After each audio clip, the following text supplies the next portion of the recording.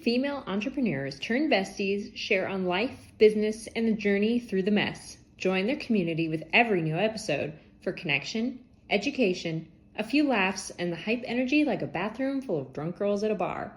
It's okay. We're your friends now! Hey guys, it's Ashleigh. Hey y'all, it's Katie. Hey everybody, it's Biz. And today we are talking about people who inspire us. Yes, like Katie when she walks in a room. Oh my gosh. Yeah, so in that green dress. Just kidding. You had green dress energy this weekend. Yeah, you did. Dress energy. No, you did, Biz. Oh, I did? Oh. Yeah. Thanks. Girl, I don't know where the energy came from on that dance floor. Like, I was like 10 years younger. I ran half a block and I wasn't winded. Like, I even took Advil before I went to bed. So, but yeah, that's so funny that you could say that. Yeah, I had a great time. We saw each other. Katie and I saw each other this past weekend. I was in Philly. We should post those cute pictures of us in the Facebook. We should. Anyway, yeah. So thank you. You were rocking your black jumpsuit, by the way. Like as soon as you walked in wearing that, my first thought was like, God, she looks great. And my second thought was, I knew I should have packed my black jumpsuit. Anyway, so we're talking about inspiration, and particularly I want to talk about people who inspire us because I have been drawing Susie, who's 40 years older than me. And like, I love having dinner with her. I love every conversation we have. She just fills me with so much hope that like come what may, there is always a to be continued, and there's always like room for beauty to be created. And she's just amazing. Like the energy that exudes from her. And I tell her every time, I'm like, man, Susie, I want to be you when I grow up. And she goes, I want to be you when I grow young. And it's just like, I love that. I know. And, I met her at a bar, like having dinner by myself that y'all encouraged me to go out and do, And so it's just this beautiful full circle thing.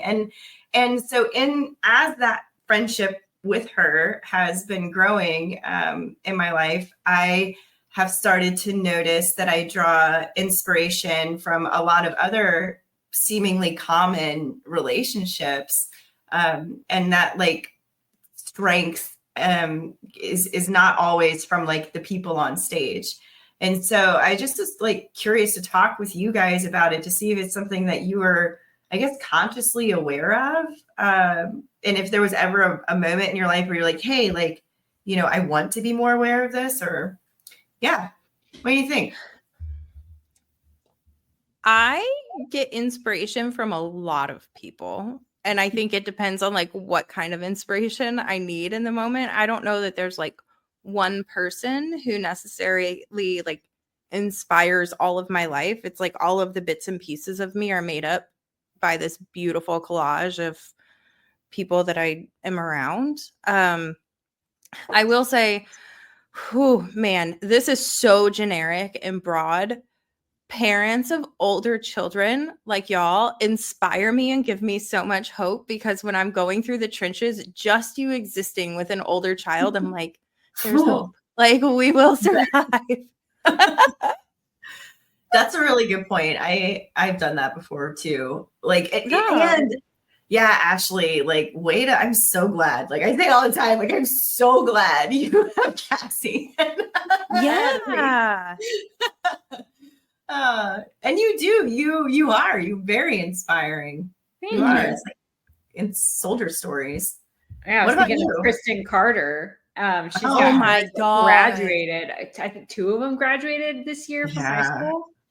And she just has like the relationship that I hope to have with Cassie when my kids are that age. So I love seeing her updates, and her kids are like so freaking cool. They're so cool. They're so cool. I was literally telling Cassie about it. I was like, I've had this friend, her kids are really cool. She's like, what do you mean? I was like, I don't know. But I showed her a picture of one of the graph photos that Kristen Carter took. And I was like, see? And Cassie goes, oh yeah, they're pretty cool. Awesome. I totally agree. Like the parents that are like the phase beyond where you are a huge inspiration and source of energy. And shout out to Kristen really quick for like letting people into that sphere and like doing that so respectfully, because like what a way to be a lighthouse, you know, like lighthouse, not a tugboat. Like, thanks, Kristen.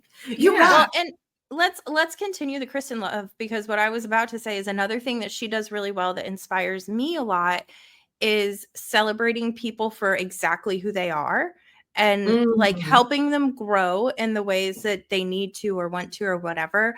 But that girl loves first. And I know I've talked about this before on here where like, you know, people say something and we have our own thoughts about like, do I need to correct them on that? Or do we need to have a hard conversation about something? Or like, I don't want to chime in because me and that person, blah, blah, blah, or whatever. She just loves people and she makes sure that they are recognized and seen and celebrated. And like, I think Ashleigh, that's what makes her kids so cool is they are so confident in who they are. Yeah. And because they have been told that that's exactly who they're supposed to be. Yeah. Totally. And like, man, I want to give that to people. Carter Love Fest episode. Yeah. But that's what I want to give to people. So like, she actually is a really huge inspiration for me, not only in parenting, but like you watch her relationship with her peers, her colleagues, like everybody. She will celebrate you for you. Yeah. Y'all just helped me with a real parenting thing. Like real talk. I'm going to totally have this conversation with Liv. And address something differently. But we went shopping this weekend and I embarrassed her by trying to take a video of something that she said that was like the cutest thing ever. And it like took her to a spot where apparently she had been like made fun of and that I didn't know. And it was kind of a tough spot for us because I was like, man, like I need to respect your feelings with this. Yeah. And at the same time, like you are completely missing the boat. And like, how do I redirect this? And that's how I'm going to redirect it, is celebrating her uniqueness and capturing the moments of who she is today. And that the woman that she's going to grow into will appreciate them later. And like that. And I think I'm gonna revisit it with her. But like this is like real deal life examples, man. Kristen, like look at this whole conversation just talking about parenting, Katie highlighting it, and now it's like this is what I need to do. You make me better, Kristen. Thank you. I think that it's a great example of how sometimes you're not even aware of the impact that you have just by doing the thing. Like she didn't go do those things because she's like, hopefully one day some people on our podcast and are talking about me and giving me recognition for this. Like she's just doing that because that's who she is. And the impact that can have is huge. And I just think it's one of those things, if you ever feel like you're not making a difference in the world because like, oh, I'm just doing what I'm supposed to be doing or whatever, like there's a huge ripple effect out there, man. Yeah. Yeah. I love people. Yeah. That's okay. So, who else so are y'all mindful of that? Like when it's happening and you're like, ooh, this person inspires me like that? I would say I am, but it's almost as like a protection. Like I'm a little bit guarded about it. I hate when you have like had somebody as a source of inspiration and then you find out that there's like a severe misalignment in values that you weren't aware of. And that's really painful. So I'm like almost a little guarded of like, ooh, I really like this thing that I'm seeing from you. I'm going to keep watching and keep learning. But like, you're not somebody that I'm going to actually fully draw my inspiration from yet. If that makes sense. Yeah, that does make sense. So why do you think it's important that you guard who you draw inspiration from instead of so it invalidates the other area in your mind? Like if that person I think it does in some ways, just depending on how severe of a misalignment in values it is, right? You know, like it's one thing to be like, oh, I am Catholic and this person is a different religion, and we may not see eye to eye on everything, but like the values are all still there, you know. So you feel like if they are doing this and you also want to do that, you know that they're still performing things for the right reasons and with the right heart. Whereas if you find out that their values come from a different place, or severely out of alignment with yours, that maybe they do those things for more nefarious reasons or something like that. And one of the things that I am maybe a little more aware of that I really need to be is the power of persuasion that can happen very subtly. And you might not, you know, it's like the idea of cults. People are always like, well, I would never join a cult. Why would you do that?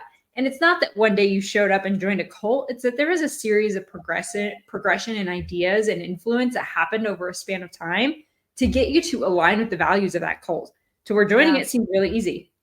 And like, that is just something that happens. And so if you are drawing inspiration from people whose values don't align with yours, their values could muddy yours. That's such a good point. Thank you for elaborating on that. Because like at first, yeah, I'm such a hippy dippy season. I'm like, oh, look at all these people who've seriously fucked up and now they're happy. Like that's kind of like who I think I'm drawing. Not Susie, for the record. But, you know, like whatever the fuck up may have been, you know, and I'm like, you know, like they came out of it kind of thing. And so, you know, I could see where I feel like I could draw inspiration from someone that was currently like sitting in ish, but that's a very different than like somebody choosing to pursue an ishy path.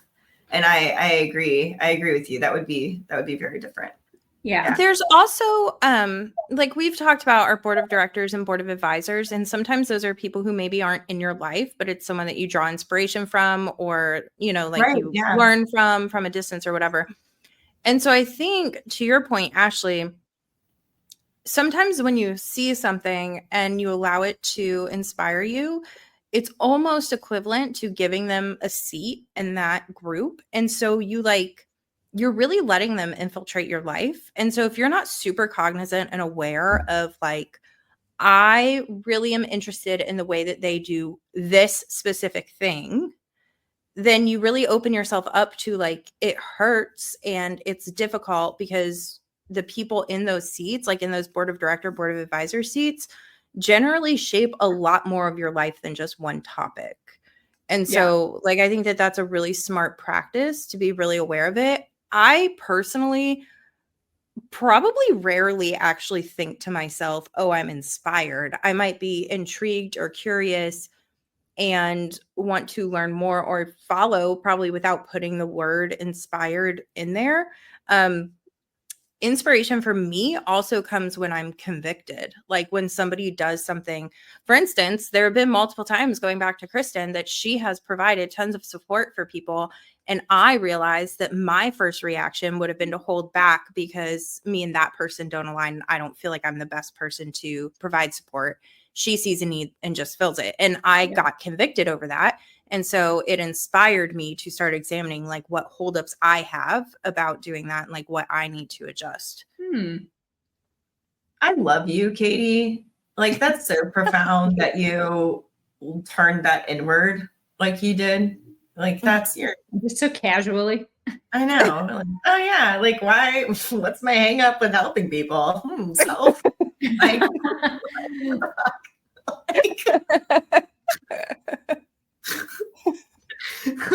yeah. I'm just like, your journal has got to be, God, it's amazing. I want my journal to be like, Katie inspires me to journal. No.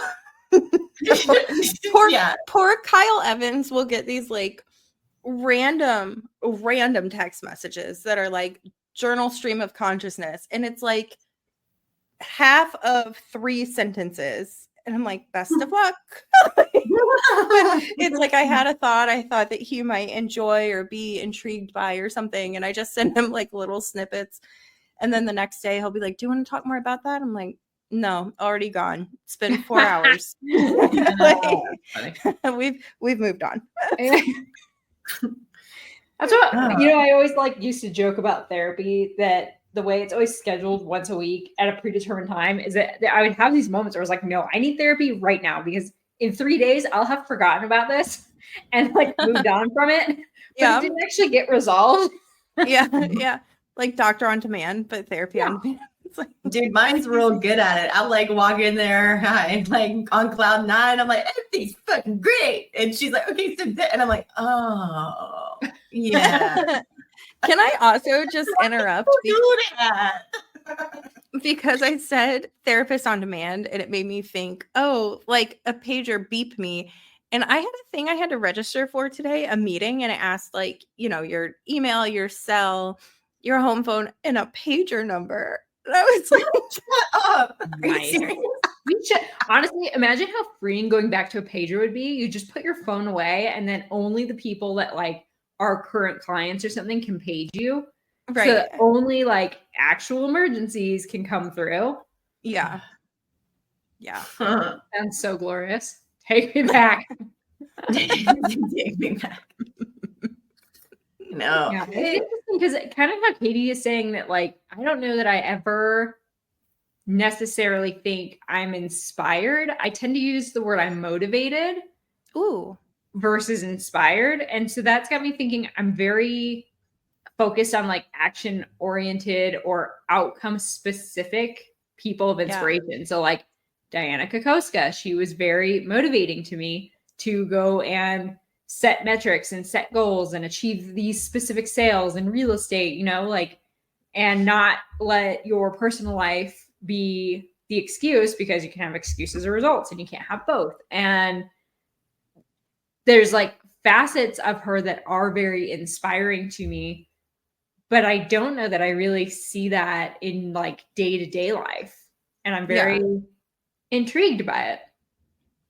I will say Biz, and maybe this is a way you inspire me and I just haven't put that word to it because it's definitely something I'm very aware of. You are so good at you are so aware of your exact feelings all the time. The way that you'll stop something and say oh my gosh, I'm having so much fun, or I'm so glad that we did this, or I love this conversation, or I'm so inspired. Whereas I think there are a lot of times maybe I'll recognize I'm having fun, or maybe I think about something and it just sends me down a thought spiral. But you are very, very good. And for real, it has truly inspired me because I'm man, how cool would it be to in the moment be oh, this is so inspiring, instead of just well, there's some more personal growth I need. Oh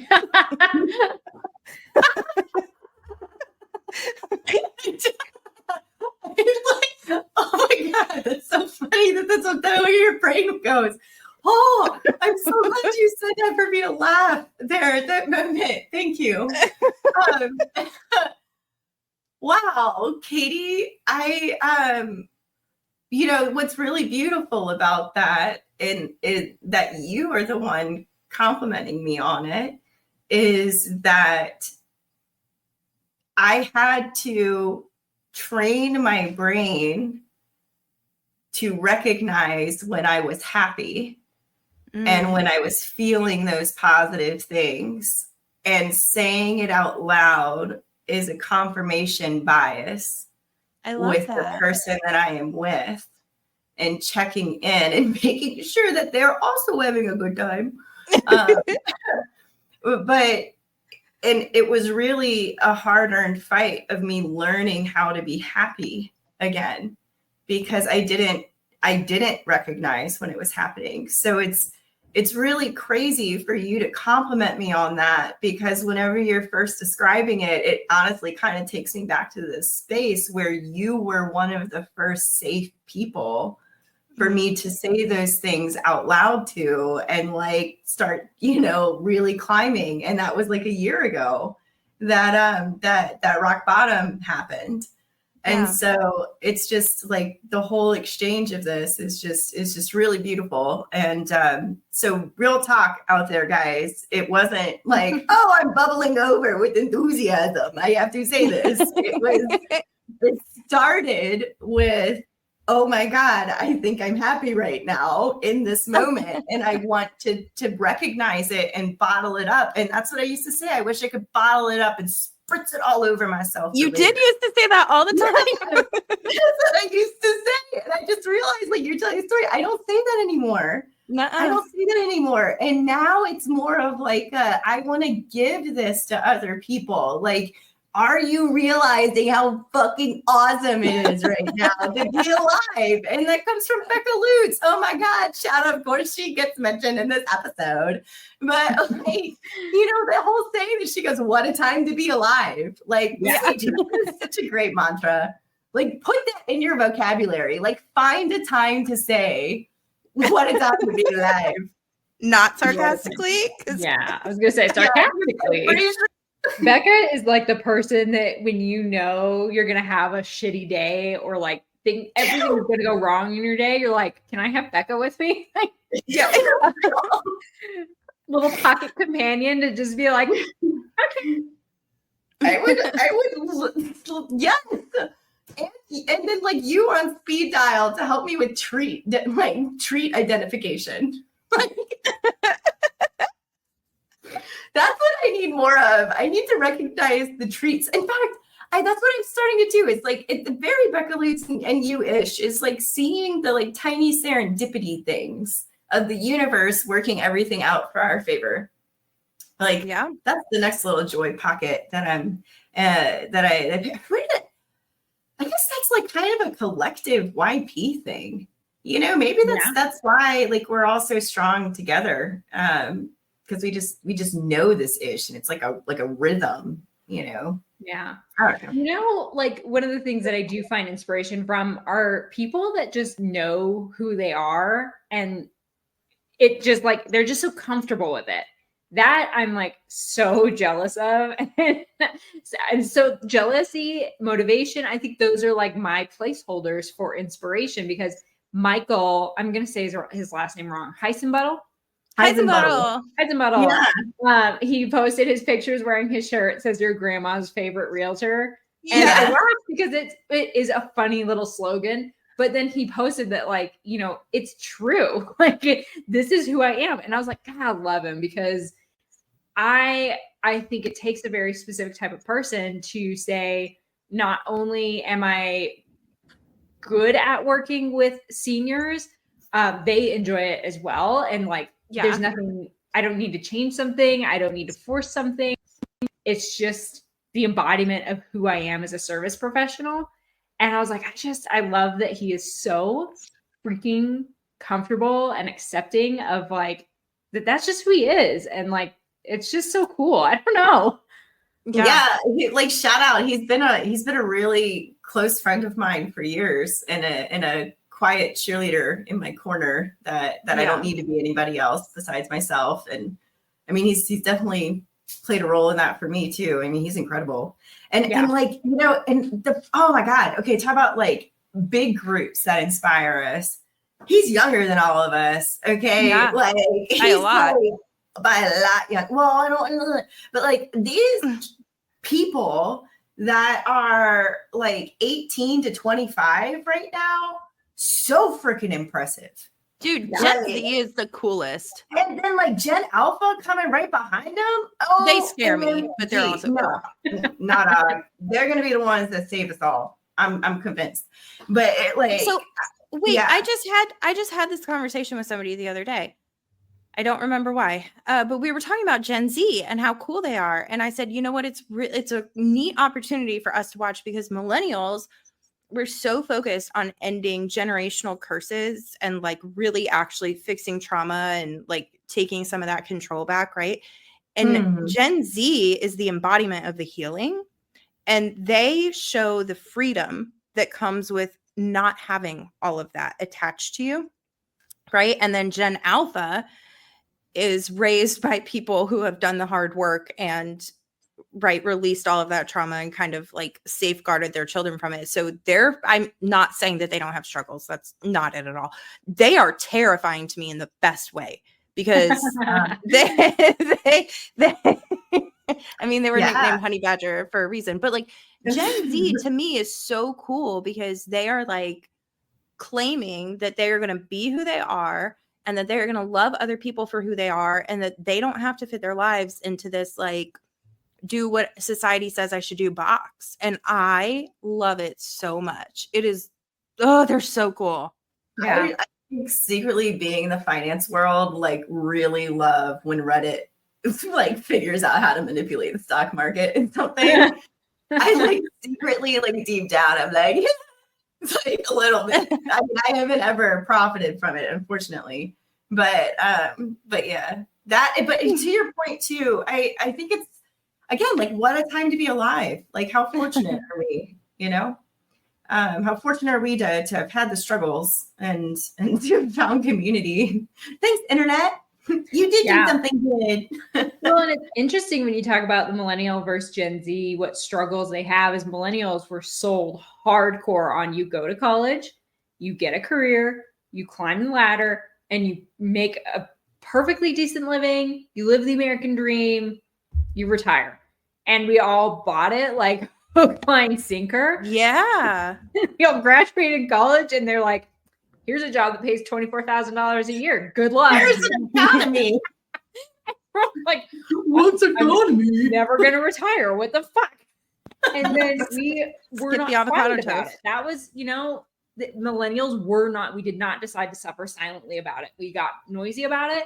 Gen Z has grown up watching it, and they're saying some of us are going to go into the trades, some of us continue on with college. Some of us are going into entrepreneurial routes, and now there's online certificates and boot camps, and like they're opening up the world for themselves instead of choosing to continue the struggle. And I love that. Yeah. I think it's also really important to highlight in this conversation, like with exactly what you said, Ashleigh, about we chose not to suffer silently.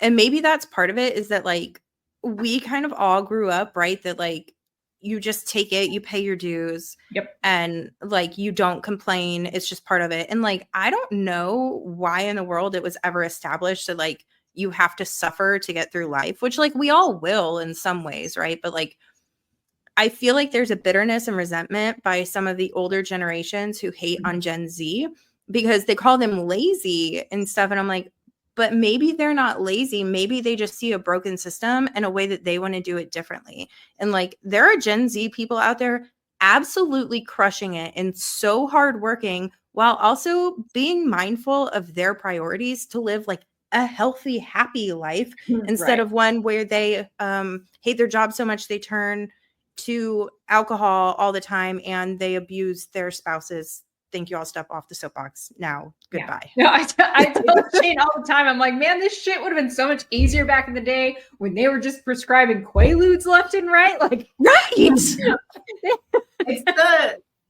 think it's the gatekeeping of knowledge and the misplacing of value that's happening. That I think, and it's interesting. It's a very interesting shift in what's happening in the country with it all. I love it. I do too. It's fascinating. I just love watching data. I love watching trends. People like love to hate on the idea of online cancel culture. And I get that it can be a little pitchfork, you know, people get swept up in stuff not ever really caring about anything. But did you guys see the Bumble app, their whole misstep with marketing? So they decided to put out these billboards, and the billboards just had a picture of like a person on it. And then it said, you know, celibacy isn't the answer. What? And you're like, the fuck is that supposed to mean? Like, what are you trying to say? And so on mostly Gen Z online, because that's who's largely on dating platforms at the time, was like, hell no. They raised a ton of noise about it. They got all of the billboards taken down, and Bumble paid to put up billboards for domestic violence hotlines and stuff instead as part of their apology for how their marketing was perceived. Good. And that's the kind of thing that I think, you know what? Boomers and Gen X would never. They never Right. would have. And that it takes so much courage. And I think you're right, Kitty, that groups of people, or maybe it was Biz, which one of you said groups of people. Groups Biz. of people, I do feel a lot of inspiration from. Yeah. Well, and I think part of it too, Ashleigh, is it takes away that individual, like they're going to infiltrate my, like they don't have as much influence on you on a personal level, right? Like Yeah. you're saying the misalignment isn't really as much there. When it's one-on-one, you're really examining all facets of that person's life. When it's a group, you're looking at their voice and their mission that they're addressing in that group. Yeah. That's so true. And, you know, I think one of the other things that I struggle with on the individual level is that with the way so much is like focused on monetization of things, you can pay for a mentor for almost anything, which is nice Yeah. in some ways. But also, it's gotten to the point that there are very few people who just mentor for free just because they want to. And I was thinking about this literally yesterday because Shane was suggesting a networking group. And he's like, oh, why don't you join this? Because I've been talking about commercial real estate. And so I pulled it up and I looked, and, you know, it's like $500 a year. And then you can get a mentor, but you have to pay them referral fees and all of these things. And I was like, honestly, that's still not what I need to get into commercial real estate. I need somebody that wants to be a mentor, not somebody who wants to make money. Right. And that's been really hard to find in a lot of areas. I am in an area of exploration right now. And I love that for you. We can you. put this in the podcast. I have realized that I took a sabbatical last year. I don't know how many people know that. I took a 1-month sabbatical, and I had like a really rough transaction that it went so badly that I was like, I literally need time off. Yeah. So I took a straight 30 days, no work calls. I didn't involve myself with social media. I didn't keep up with anything. And I really thought I was going to come back feeling very refreshed, and I didn't. And it was a really big struggle to get moving again. And I thought, okay, well, I'm just having a hard time because when you're an entrepreneur and you stop, everything stops. Your income stops, your momentum stops. Like, it's tough moving. So I was like, well, okay, sabbatical probably wasn't a great idea. I'm just in a bad mindset. I've got to keep myself going. I've got to keep feeding it. And I pushed through and pushed through and pushed through. And I'm finally feeling like I just don't and haven't enjoyed what I've been doing for a while. Yeah. And that's been really hard to come to terms with because it's what I've spent the last decade doing. And it's where all of my friendships are. It's where all of my relationships are. It's where all of my networking is. It's like where all of my knowledge and my skills are. And I'm like, this can't be. I don't know what to do about it. So are you I'm having an like identity crisis here? Yeah, identity crisis, and trying to figure out, well, if I want to do something different, what is it?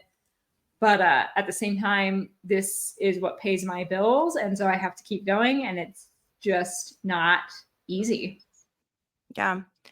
I'm really proud of you though, because having the awareness and like even just the openness with yourself to accept that, like, let's explore this idea of maybe seeing what else is out there or what's going to make me excited is so impressive and a really scary step to take because you've spent a lot of time building up a lot of things. And I'm just really proud of you for loving yourself that way. Thanks. Yeah. It's scary to say anything about it because I'm like, I don't want people to pull away from me because who knows how long. Like, it could be 5 years before I find something else I want to do. Yeah, but if you don't say anything, like, you never know who has an opportunity that they haven't presented to you because they think that you're married to the idea of doing what you've done. Yeah, so true. Yeah, and that's and like we can either continue the conversation recording, but sidebar, like solutions or support, I have both of them for you with that. But I had to do a big analysis of like what my gifts are and what my actual money making activities are from a 30,000 foot view, and not just like my immediate quote unquote job of closing loans, and like really get a plan. And it's not easy because it's very scary, but it's really just data. And so sometimes having someone else to just look at data or talk about it as data is beneficial. And I'm happy to be that friend for you if you want to do it. So yeah. Yeah. And But all I can say is I think that might be part of why I'm struggling with inspiration is because I don't know. I feel like I'm out on like a little rowboat somewhere and like I can't see anything, you know, it's just ocean everywhere I look. And it's like, where is the lighthouse? I don't know. I don't even know what direction to be rowing. And sometimes I row a little bit this way and go, no, never mind. And I row a little bit the other way. And so it's just, I feel like it's hard to find that inspiration right now. So there's inspiration for different paths, right? Like there's inspiration for sustainability and wholeness. And then there's inspiration for like money making activities and whatnot. But the thing, I think that's why like I've been so focused on older people, regardless of what their work background is. And in fact, like that's almost like I get more and more excited when I find somebody who's in like the news anchor that had been a news anchor that I just talked to. You know, she's been doing it 20 years or whatever. It's like, tell me what that journey looked like. You know, what type of decisions did you have to make that pivoted your whole trajectory? And like, how old were you whenever you did that? Like, what is that? And I mean, it's just inspiring no matter their story, because like, no matter your story and what you're going through right now, there is going to be a continuation of it, like a semicolon forward, you know? And like that, and so like, so it's interesting again, because like I feel like I could really look past a negative shortcoming unless it was something that was like so severe against my values, because even, you know, it kind of goes back to like how much we change as people, right? Like the goals we set today are going to be completely different than the goals we set a year from now, right? Like we talked about. So you're going to get through it. And I 100%. And the thing is that you'll get through it as soon as you make a decision on what you want, you know? Yeah. And that's the scary part. That's the scary part of it. The hard part. That's the hardest part too. I mean, it really is. Good God. Sorry, this is really vulnerable in here. I don't know if you want to include it all, but like, I mean, that's what I think I'm finally ready to put it out there. I've been very like skirty about it because partly I didn't want to admit it to myself. And it's like, no, Ashleigh, you can mindset your way out of this. Yeah. I mean, you were there for me whenever when we were in Philly together, I was going through this really hardcore. Yeah. So what was that, like a couple months ago? Yeah. Yeah. Love you. I love you a lot. You're going to get, Thanks for talking to us about it. Thanks for talking. I'm really excited to see what happens now that you open your mouth and you're putting it out there. Because I think that like there's a lot of beauty in acknowledging it. And I think that when you are also able to recognize like, I maybe don't know what I want right this moment, if you let it, it can lead to the opportunity to explore a lot of different things, and you might end up enjoying something that you never even knew existed. But it also will strike up some really cool conversations from people just like talking to you about opportunities and things. And Biz, this is something, if we want to talk about inspiration, you just displayed something that I wanted to bring up, and it's something, Ashleigh, I would keep in mind. And I know that you're like this anyway, but Biz, another thing about you that I have always loved, and probably part of the reason that I like very quickly wanted to be close friends with you, is because I'm inspired by curious people. Because I'm curious in like a certain way where somebody will tell me something and I want to learn it. And so I go learn like everything about it. Right. And then I figure out how I can implement it in my life, and it turns into action things. And Biz, you have a million genuine questions for like one statement that somebody says. And I love it. And I used to do this like when I first got in real estate. I would go to a class and sit in the back and watch the people who ask questions. And then I would go sit with them. At every other class, I would go sit with them because I wanted to learn how to ask questions. And Biz, you are such a curious person, and I love it. And Ashleigh, I know that you are a curious person, like you're always researching and stuff, but this is an opportunity for you to get to be super curious and it doesn't mean you're tied to one idea, but you just get to like ask questions and find out about a whole different stuff. Find out about a bunch of different stuff. I don't even know what I was saying. And like, that's really cool. Yeah, it's been interesting because I feel like one day, like I'm like, I need plotting time. So I put little blocks on my calendar. I'm like, this is just my time to plot. And I'll get like down some specific rabbit hole where I'm like, we're gonna start a business that does transportation for people in wheelchairs to their medical appointments. And I go down this huge rabbit hole of like what it's like to own that business and how do you bill and what licenses you need. And then, like 2 hours later, I'm like, nah, never mind, I don't want to do that.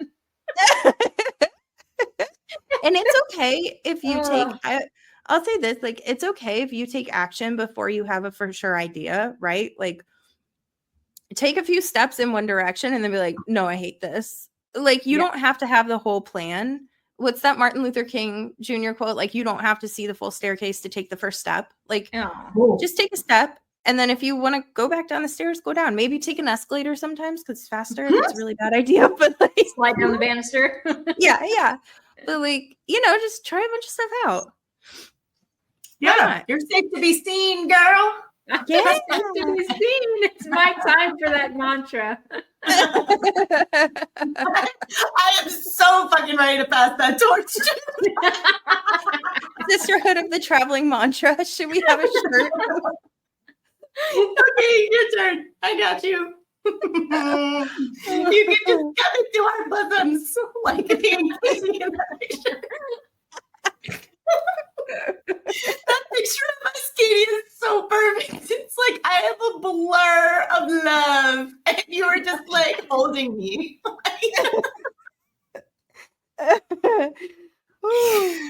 Oh, I love y'all so much. Okay, real talk. I got a really amazing compliment that I need to share with you guys because maybe it's a little bit of encouragement for us, but I heard from somebody that they really like our podcast and that they listen to it every week. And it makes them feel a little less lonely while working from home. And that like literally is the coolest thing ever. That we get to keep somebody company. So I love you. Yeah, We're our friend. And it just makes me really, really happy because, like, real talk, like I listen to our podcast when I'm lonely because like I don't even, we don't get to talk to each other. Excuse me. We don't really get to talk to each other all the time when we want to. So anyway, I just saying, like, way to go, y'all. I'm proud of you. Proud of us. Proud of all the people that are listening too. Just you can't see Katie's like fucking crying. Like this, I'm just feeling dead face because Katie's just fucking crying over this right now. I should just let her have her moment. Okay. Well, I mean, like part of the reason that we did this, right, is for other people to feel this love and support and stuff. And like y'all have been two key players in getting me through some of my loneliest times. And the thought that like somebody feels what we hoped and intended they would feel through this like makes me really happy. And yeah, I mean, all of you listening, like we really do, we love you and we are your friends, most of you. It's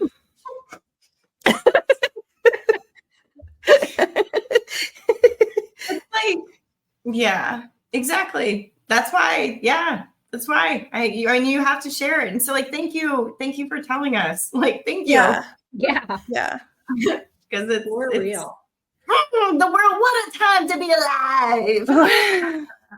What a time to be alive. Oh my gosh. Biz, this was a good topic. This made me think a little bit. Good. Like I'm going to be more cognizant of I'm going to be more cognizant of the actions that I take and how it, like what inspired them and if it was actual inspiration. Okay, so here's the thing. Once you sit with it and you're positive that it was, I'm going to challenge you to tell the person. Yeah. Oh, yeah. No, I love doing that. But, like, it is so powerful whenever you go up to somebody and you say, hey, like, that random interaction we had, I just want you to know that it left an impression on me, and I'm a better person because of it. And that is like where it really sinks in the habit whenever, and for me, it was when I was forcing myself to say things to other people, and then keeps you from drowning as well. Yeah. So anyway, gosh. All right. Well, yeah, great. Woo, go y'all. Go us. Okay. Everyone else, have a great rest of your week. Kick ass, take names. We'll see you soon.